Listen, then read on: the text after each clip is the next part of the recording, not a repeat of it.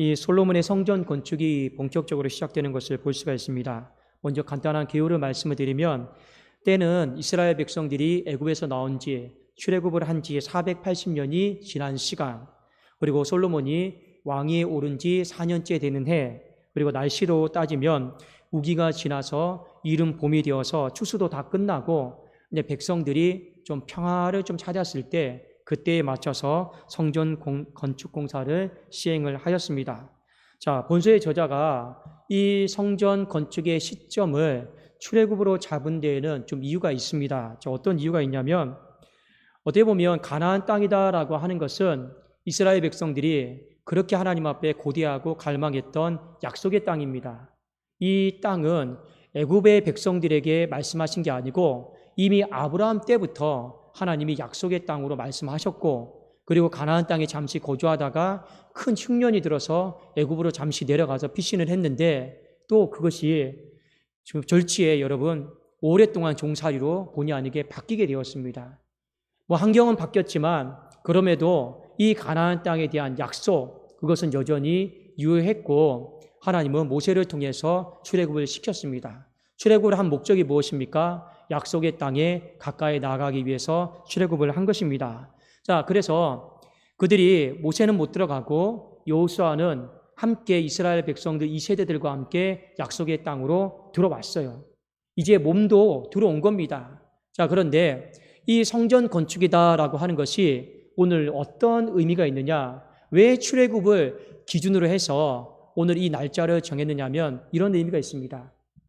물론 몸은 들어왔어요. 몸은 들어왔고 우리의 살림도 다 들어왔습니다. 자, 그런데 그냥 유형적으로 그냥 눈으로 보이는 것 중에서 한 가지 안 들어온 게 있어요. 그게 무엇입니까? 하나님의 집입니다. 물론 성전이 이루어지기 전에 이 천막처럼 다윗의 장막도 있었습니다. 그런데 온전한 하나님의 집, 그 당시에 생각했던 온전한 하나님의 집은 바로 지금 지어지기 시작한 거예요. 그러니 이스라엘 백성들의 마음속에 어떤 생각이었냐면, 하나님의 성전이 건축되기 전까지는 우리가 들어온 것은 임시적인 거다. 그리고 성전이 건축되는 것을 기점으로 해서 이제 비로소 확실하게 약속의 땅을 우리가 점령했고 들어왔다라고 하는 것을 선언한 거예요. 여러분, 신앙생활 하면서 여기서 우리가 한 가지 교훈을 얻을 수가 있습니다. 모든 것의 기준은 내가 아니에요. 모든 것의 기준은 하나님입니다. 그러니까 이스라엘 백성들의 날짜 계산법에도 보면 무엇을 기준으로 삼았는가를 보면 기준이 이미 오래전에 우리가 들어왔어요. 여러분, 다윗의 시대가 들어왔고 그 전에 사울의 시대가 들어왔단 말이에요. 또 그 전에 조금 더 가면 사무엘 선지자의 시대가 있었단 말이에요. 그런데 그 시대가 기준이 아니에요. 기준은 무엇입니까? 하나님의 성전이 건축되기 시작했을 때, 하나님이 비로소 공식적으로 이전에 임재하기 시작했을 때, 그때를 기준으로 삼았다. 여러분, 우리의 신앙생활 하면서 항상 이 부분이 흔들리시면 안 됩니다. 교회는요, 나를 기준으로 삼으면 힘들어지게 되어 있는 거예요. 무슨 일을 하든지 간에 하나님의 입장에서, 그리고 또 한 번 더 교회의 입장에서 여러분들이 생각해 보면 그것이 하나님께서 여러분 보시기에 높은 점수를 주실 것입니다. 우선 날짜 계산법은 이렇게 이루어졌어요. 자, 성전의 규모를 봅시다. 그 앞부분에 보면 성전의 규모가 가로가 27m예요. 이 폭이 9m고 높이가 13.5m입니다. 예, 여러분, 이렇게 말하면 좀 감이 안 오시죠? 자, 그래서 제가 대략 저희 교회를 한번 좀 재봤는데, 대략 저희 교회가 한번 제가 주자가지고 한번 재봤거든요. 근데 가로가 21.8m예요. 성전은 27m고 우리 교회는 21.8m. 폭은 성전은 9m고 우리 교회는 한 12m. 그리고 높이는 성전은 13.5m고 우리 교회는 14.25m예요. 그러니까 뭐 일일이 우리가 지역적으로 외울 필요는 없지만 대략 우리 교회만큼 된다. 여러분, 그렇게 좀 생각하시면 좀 좋을 것 같습니다. 우리 교회 사이즈가 이 당시에 성전을 건축했던 예루살렘 성전의 사이즈와 대략 어림짐작하게 비슷하다. 그렇게 여러분들이 보시면 좀 좋을 것 같습니다. 자, 그런데 우리가 이제 본론적으로 오늘 말씀을 통해서 가장 중요한 것은 무엇이냐? 설교 말씀처럼 건축 방법입니다. 자, 우리 다시 한번 열왕기상 6장 6절을 좀 같이 한번 보도록 하겠습니다. 자, 6장 6절입니다. 함께 읽겠습니다. 시작.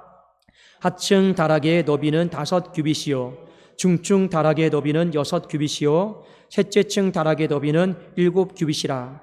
성전의 벽 바깥으로 돌아가며 턱을 내어 골방 들보들로 성전의 벽에 박히지 아니하게 하였으며. 자, 여기 보면 6절 하반절을 봅시다. 성전 벽 바깥으로 돌아가면 턱을 내어 골방 들보들로 성전의 벽에 박히지 아니하게 하였다. 이렇게 나와 있습니다. 자, 용어가 좀 어렵죠. 턱을 내다라고 하는 건 어떤 의미냐면 벽의 두께를 줄이지 않았다라는 거예요. 그러니까 벽의 두께를 그대로 보존했다라는 거예요. 그러니까 벽의 두께를 줄이지 않았다라는 게 턱을 내다라는 거고, 그 다음에 이것을 조금 더 쉽게 말씀을 드리면 성전 벽에다가 어떤 형태로든지 들보를 박아서 넣지 않았다라는 거예요. 이 어떤 기둥이든 들보를 박아서 넣지 않았다라는 거예요. 성전 벽에다가는. 그게 바로 오늘 성전 벽 바깥으로 돌아가며 턱을 내어 골방 들보들로 성전의 벽에 박히지 아니하게 했다. 그런 의미인 것입니다. 자, 그러니까 이 건축 방법의 한 가지 특징이 뭐냐? 이 성전 벽을 딱 봤을 때 어떠한 상처도 입히지 않으려고 했던 거예요. 그냥 그대로 순수하게 가져온 그대로 보존하려고 했다라고 하는 것을 우리가 이 건축 방법을 통해서 알 수가 있습니다. 결국에 가능하면 인간의 어떠함을 되려고 하지 않았어요. 가능하면 인간의 어떠함을 되려고 하지 않고 우리가 할 수 있는 한 최선을 다해서 하나님 앞에서 이 거룩함을 보존해서 드리려고 했던 것, 이것이 바로 성전 건축 방법의 특징이다라고 할 수가 있습니다. 그 다음에 한번 여러분 7절 말씀을 우리 한번 같이 한번 읽어봅시다. 7절입니다. 시작. 이 성전은 건축할 때 돌을 그 뜨는 곳에서 다듬고 가져다가 건축하였으므로 건축하는 동안에 성전 속에서는 방망이나 도끼나 모든 철 연양 소리가 들리지 아니하였으며. 자, 이 무슨 말이냐면 여러분, 돌을 뜨는 곳을 채덕장이라고 그러죠. 그런데 이미 채덕장에서 그 돌의 사이즈를 다 만들어 온 거예요. 이게 어디에 들어가는 돌이고 그게 이미 머릿속에 다 있고 이미 채덕장에도 웬만하면 다 전부 다 다듬어져 있는 거예요. 그러니 이 돌을 가져다가 실제 성전 건축 현장에 왔을 때는 그대로 대기만 하면 된 거예요. 그대로 대기만 하면 된 거예요. 그래서 오늘 어떤 말씀이 나옵니까? 예루살렘 성전에 건축하는 동안에는 방망이, 도끼, 모든 철 연장 소리는 전혀 들리지 않았습니다. 이 부분에 대해서 이야기를 하고 있습니다. 자, 여러분, 여기에 나오는 연장들은 엄밀하게 말씀드리면 피를 흘리게 하는 연장 도구들입니다. 그것이에요. 피를 흘리게 하는 연장 도구를 성전 건축함에 있어서는 전혀 소리가 들리지 않도록 했다라는 것이죠. 자, 어떤 의미가 있습니까? 여러분, 예루살렘이다라고 하는 이 의미 자체가 어떤 뜻이죠? 평화의 집이다라는 거예요. 평화의 집입니다. 자, 그래서 솔로몬은 어떻게 해도든지 하나님의 임재를 방해하고 싶지 않았어요. 인간의 어떤 소리를 내어서도 하나님의 고요한 임재를 방해하고 싶지 않았고, 그리고 하나님의 그 평화를 드러내고 싶었어요. 그래서 어떠한 인간의 철 연장 소리도 들리지 않게 했습니다. 그리고 그 어떠한 것도 이 건축함에 있어서 하나님의 임재를, 그 평화의 임재를 방해하고 싶지 않습니다. 그러니 여러분, 얼마나 불편하겠어요? 얼마나 힘들겠어요? 쉬운 일이 아닙니다. 내 인간의 소리가, 내 어떤 말소리가 하나님의 거룩한 임재를 방해한다 싶으면 안 하겠다라는 거예요. 그 철 연장 소리, 그 여러분 방망이 소리, 그 어떤 것도 내지 않겠다라는 거예요. 왜요? 이 집은 평화의 집이니까. 그러니까 하나님의 그 고요한 임재, 평화스러운 임재를 그 어떤 인간도 누구도 방해하고 싶지 않습니다. 그래서 그런 건축 방법을 선택을 했습니다. 특이한 건축 방법이죠. 또 하나는 이 평화다라고 하는 것은 하나님과 인간 사이의 평화를 이야기하는 것입니다. 하나님과 인간 사이의 평화를 이야기하는 건데, 그것이 이 솔로몬은 의미를 살리고 싶었어요. 어떤 의미냐? 이 하나님과 인간 사이에 여러분 평화라는 게 얼마나 감격스럽고 행복한 일인지 아십니까? 우리가 인생을 살아가면서 저는 그래요. 인간과 인간의 어떤 다툼의 문제는 얼마든지 일어날 수가 있어요. 그렇죠? 그런데 인생을 살다 보니까 가장 힘든 것 중에 하나는 뭐냐면 하나님 앞에서 나라고 하는 사람이 평안스럽게 받아들이지 못했을 때, 하나님 앞에서 나라고 하는 사람이 죄책감과 이 정죄감 속에서 매달려 시달리고 있을 때, 이것은요 제일 힘든 거예요. 왜 힘드냐? 먼저 기도도 안 되죠. 기도하려고 앉아 있어도 기도가 안 돼요. 다 막혀요. 예배를 드리는데 말씀이 안 들려요. 귀가 다 막혀버려요. 그러면 안 드릴 수도 없고 기도도 안 할 수 없고. 왜요? 안 드리고 기도 안 하면 마귀가요 어마어마하게 또 공격하거든요. 마귀는 딱 기도 안 하면 딱 알아요. 이때다 하고요. 그래서 쑥대밭이 만듭니다. 근데 어떻게든 간에 기도를 하려고 해도 이미 입이 안 떨어져요. 기도가 안 돼요. 말씀을 들으려고 해도 말씀이 들리지가 않아요. 이 영적으로 그냥 귀가 먹어버리고 이 입이 그냥 벙어리가 되어버려요. 하나님 앞에서 죄가 있으면. 이게 얼마나 힘든 겁니까? 이거요 살아있는 고통이고 살아있는 찜지옥인 거예요. 물론 사람과의 관계 속에서 불편하고 화해하지 못하고 이것도 힘든 거예요. 근데 진짜 더 힘든 거는 하나님과 우리 사이에 평화가 없는 거예요. 그게 진짜 고통스럽고 진짜 힘듭니다. 목회자도 마찬가지예요. 목회를 하다 보면 사람과의 관계 불편함도 있을 수 있고 그렇죠. 근데 그거 감수할 수 있어요. 그러나 목회자에게도 가장 힘든 건 뭐냐? 하나님과 나 사이가 죄의 문제 때문에 단절되었다. 이건요 그냥 그 목회자에게는 사형선고나 그냥 다름이 없습니다. 아무것도 할 수가 없어요. 그게 제일 힘든 거예요. 그러니까 이 의미를 알았던 솔로몬은 이 평화를 누리고 싶어요. 하나님께서 인간과 맺은 그 평화를 온전히 누리고 싶단 말이에요. 근데 그 누림을 그 어떤 것으로도 방해하고 싶지 않아요. 여러분, 그런 평화의 건축 방법을 선택을 했습니다. 그러니까 예루살렘 성전 지을 때는요, 보통 공사장에서 인부들이 막 소리 내고 망치 소리 날리고 올리고 여기 시멘트 부어라, 레미콘 부어라, 이렇게 해라, 왜 이렇게 했냐, 이런 소리 자체가 들리지 않아요. 그냥 조용히, 죽은 듯이 조용히. 그것이 바로 성전 건축 방법이었다라고 하는 것을 우리가 볼 수가 있습니다. 여러분, 오늘의 메시지를 통해서 우리가 좀 두 가지를 하나님 앞에 적용을 할 수 있기를 원해요. 하나는 이 외적인 적용이고 다른 하나는 내적인 적용입니다. 자, 첫 번째, 외적인 적용입니다. 우리가 어떤 일을 함에 있어서 중요한 것이 있어요. 항상 중요한 두 가지가 무엇이냐? 목적과 방법입니다. 이 문제가 항상 중요해요. 목적과 방법. 자, 때로는 목적이 선한데 방법이 선하지 못한 것이 있습니다. 그런데 이것이 누적이 되다 보면 당시에는 그냥 넘어갔다 할지라도 시간이 지나면 이 방법이 선하지 못한 이 부분은요, 반드시 큰 문제로 인생을, 가정을, 교회를 괴롭힐 때가 있어요. 쓴뿌리처럼. 자, 성전을 짓고자 하는 목적이 선합니다. 그런데 오늘 뭐 하는 겁니까? 그 방법도 선하게 썼어요. 이 부분이 여러분 왜 중요하냐?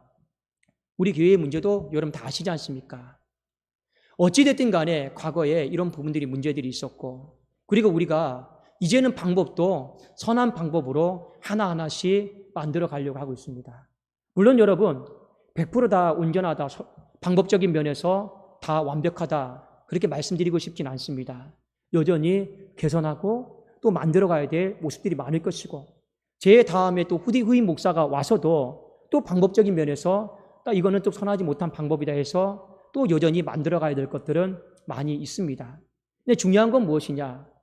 우리의 인생 가운데 우리는 분명히 하나님 앞에서 이 목적이다라고 하는 이 부분에 있어서 교회가 하는 일 자체가 선한 목적으로, 선한 부르심으로 다 부름을 받았습니다. 그러나 하나님은 우리에게 오늘 이 말씀을 통해서 외적인 적용으로, 그러면 우리가 어떤 일을 처리함에 있어서 방법적인 면에 있어서도 하나님은 우리에게 그 목적에 걸맞는 선한 방법을 요구하실 수도 있다라고 하는 것을 우리는 분명히 알아야 되는 거예요. 제가 예전에 한번 이런 일이 있었습니다. 여러분, 이 사례를 혹여나 특히 차를 운전하시는 분들은 불편하게 듣지 마세요. 혹시 해당이 될까 봐 좀 두렵습니다. 제가 예전에 새벽 예배를 가는데 집에서 교회까지 거의 한 20분이에요. 부교육자 시절 때. 그런데 집사람하고 같이 가야 되잖아요. 같이 가다 보면 때로는 한 사람은 일찍 일어나고 한 사람은 늦게 일어나고 또 깨우기도 하고 그러다 보면 허둥지둥 나올 때가 굉장히 많이 있습니다. 그러면요, 시간 맞춰서 가야 돼요. 시간 맞춰서 딱 가야 돼요. 여러분, 교육자가 늦게 문 열고 딱 들어오면 덕이 안 되잖아요. 문 열면 사람 다 쳐다보니까요. 아이고, 또 지각이네. 또 지각이네. 그렇잖아요. 그래도 한때는 어떤 경우가 있었냐면 정말 20분 되는 거리를요, 한 10분 만에 달려올 때도 있어요. 왜요? 모든 신호 다 입안하고 왔거든요. 모든 신호를 다 입안하고 그냥 왔어요. 근데 한편 마음으로는 내가 이래도 될까? 이래도 될까? 이랬단 말이에요. 그런데 교회에 왔어요. 시간은 맞춰서 왔어요. 그러면 하나님이 뭐라고 하실까요? 너 참 예배 시간 맞추려고 전심을 다해서 너 간절한 마음으로 왔구나. 하나님이 그렇게 받아들이실까요? 너 예배 시간 맞추려고 이 예배라고 하는 선한 목적을 위해서 너 진짜 신호 위반까지 하면서 잘 왔다. 하나님이 과연 그렇게 말씀하실까요? 그런 하나님은 아니시겠죠. 하나님은 뭐라고 말씀하시겠습니까? 다음에 조금만 더 일찍 일어나라. 그래, 조금만 더 일찍 일어나고 예배의 그 선한 목적 앞에서 선한 방법으로 네가 왔으면 좋겠다. 하나님은 우리에게 그렇게 말씀하지 않을까요? 목적이 선하면 방법도 선한 것을 하나님은 같이 받기를 원하십니다. 교회는 점점 그러한 모습으로 만들어가는 것이 맞습니다. 여러분, 그래서 오늘 우리가 이 말씀을 통해서 한 가지를 아셔야 됩니다. 우리는 점점 사회의 어떤 기준과 잣대들은 커져가고만 있습니다. 옛날에는 여러분 한번 잘 생각을 해보십시오. 교회의 어떤 도덕법이, 교회의 어떤 종교적인 법이 사회의 법을 이끌었어요. 옛날엔 그랬단 말입니다. 근데 지금은 사회가 요구하는 그 법을 교회가 못 쫓아가는 그런 현실 가운데 있습니다. 오히려 거꾸로 돼버렸어요. 그럼 어떻게 해야 됩니까? 빨리 발맞춰 가야 되는 거겠죠. 지금 이 시대에 한국교회에 주어진 과제입니다. 우리가 어떤 일을 함에 있어서도 여러분 선한 목적이다라면 가능하면 우리가 선한 방법으로 우리가 그것을 구현해내는 것이 중요하다라는 것도 오늘 말씀을 통해서 살펴보았으면 좋겠고요. 또 하나 내적인 적용입니다. 내적인 적용은 무엇이냐? 의미를 살리시라라는 의미. 의미는 뭡니까? 어떤 일을 하면서 여러분 이런 겁니다. 내가 왜 이 일을 시작하는지, 내가 왜 이 일을 지금 하고 있는지 그 의미를요, 여러분 잊어버리시면 안 돼요. 잘 살리셔야 돼요. 앞에서 찬양하는 사람이 있습니다.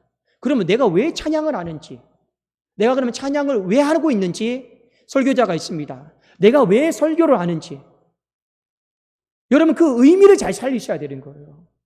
특히 우리가 영적인 집을 짓는 몇 가지 것들이 있습니다. 가장 기본적인 거, 예배의 집, 기도의 집, 봉사의 집. 이건요, 기본이에요. 근데 중요한 건 여러분 몇 가지만 말씀을 드려봅시다. 예배의 집을 지으면서도 항상 잊지 말아야 될 것이 있어요. 하나님이 왜 나를 예배의 자로 부르셨는가? 하나님이 이 예배를 왜 받기를 원하시는가? 그 의미를요, 잊어버리잖아요. 그러면 나중에 이 공사 건축 방법이 습관이 돼버려요. 그냥 시멘트 붓고 그냥 망치질하고 두들기고 아무 의미가 없어요. 그냥 벽돌 여기 붙이라고 하니까 그냥 붙이는 거예요. 중요한 건 무엇입니까? 예배의 의미를 잃어버리면 우리가 흔히 이런 말하죠. 사도신경도 주문이 되어버리고 주기도문도 이것이 왜 하는지 모르는 주문이 되어버려요. 사도신경과 주기도문이 잘못된 게 아니라 우리가 매 순간마다 그냥 의미를 잃어버린 거 뭐 때문에요? 습관을 따라서, 형식을 따라서 그냥 아무 생각 없이 하다 보니까 우리가 의미를 못 살려내는 거예요. 그렇지 않겠습니까? 기도도 마찬가지입니다.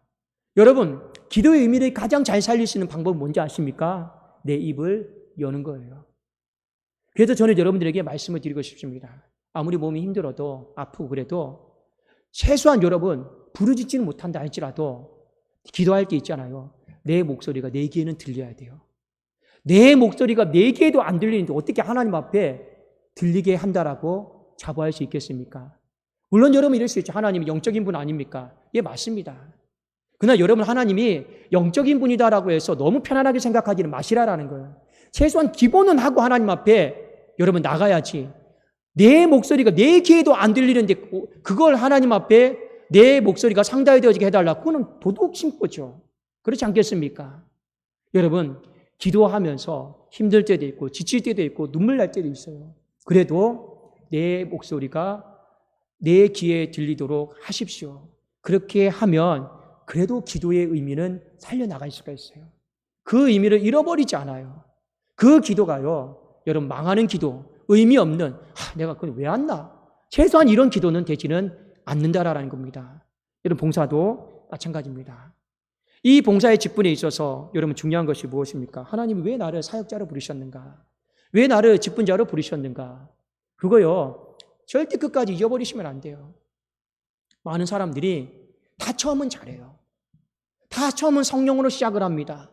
근데 성경에 보면 뭐라고 나와 있습니까? 대부분의 사람들이 성령으로 시작하였다가 다 육체로 마쳐요. 왜요? 의미를 잃어버리니까요. 의미를 잃어버리니까 그렇습니다. 그러면 여러분 마지막 막판에 의미를 잃어버리면 지금까지 해왔던 모든 것들이 다 그냥 물거품이 된다고 생각하시면 되는 거예요. 성경에 나와 있는 거예요.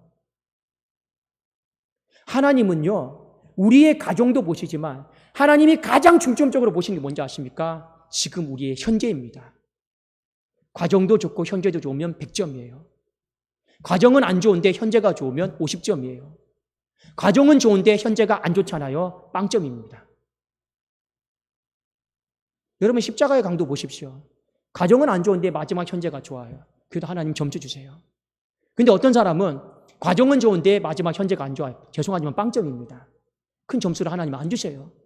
그러나 하나님은 50점짜리 우리에게 요구하시는 것이 아니고 과정이 끝까지 좋은 것처럼 우리 마침표도 끝까지 좋기를 원하십니다. 왜요? 우리가 끝까지 봉사에 의미를 살린다라면, 그 부르심을 살린다라면 충분히 그렇게 할 수가 있기 때문에 그렇습니다. 여러분, 제가 이전 교회에서 한 가지만 제가 좀 예를 좀 말씀을 드리겠습니다. 자, 제가 이전 교회에서 떠날 기약이 가까이 왔었습니다. 떠날 기약이 가까이 왔습니다. 그래도 마지막 담임 목사님과 어떤 인사를 했던 적이 있어요. 했던 적이 있습니다. 근데 제가 마지막 인사가 뭐였는지 아십니까? 대화의 내용이, 목사님, 저 마지막으로 좀 드릴 말씀이 있습니다. 뭔데?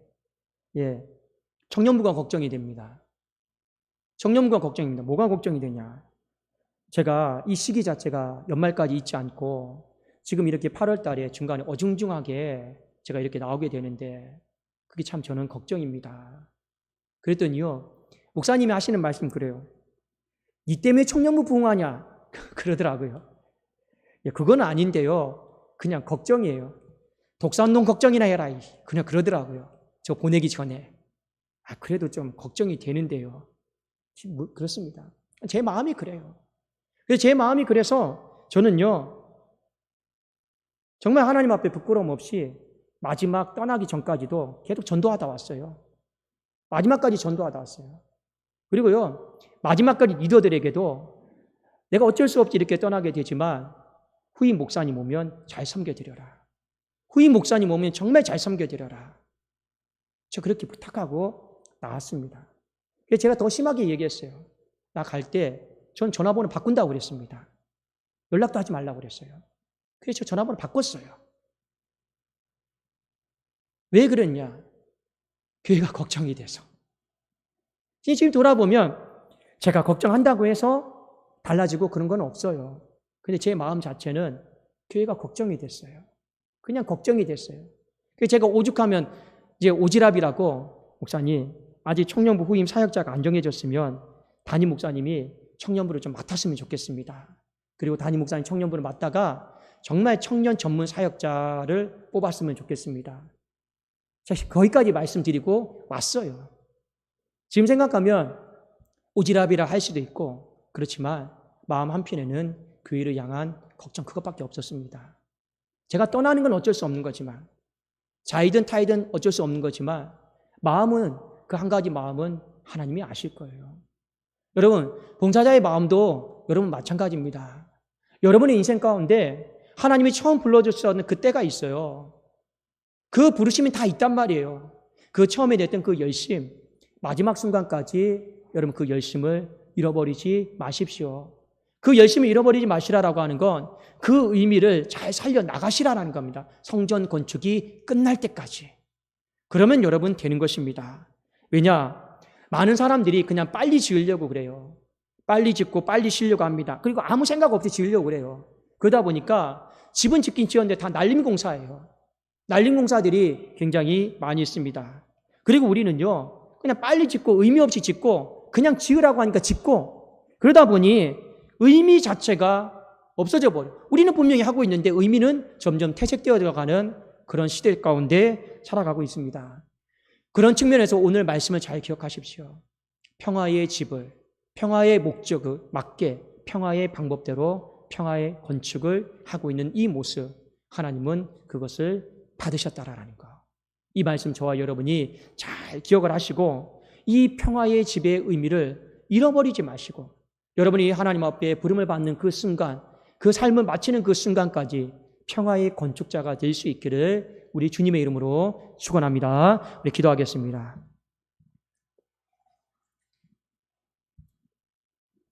살아계신 하나님 아버지여, 감사합니다. 우리가 하나님 앞에 부름을 받는 그 부름을 마치는 그 순간까지 목적을 잃어버리지 않게 하여 주시옵소서. 우리가 습관을 따라서 하나님 하지 않게 하여 주시고 아무 생각 없이 집을 지으려고 하지 않게 하시고, 하나님 그 건축이 마칠 때까지 그 의미를 잘 살려나갈 수 있는 우리 모든 평화의 건축자들이 다 되어지게 하여 주시옵소서.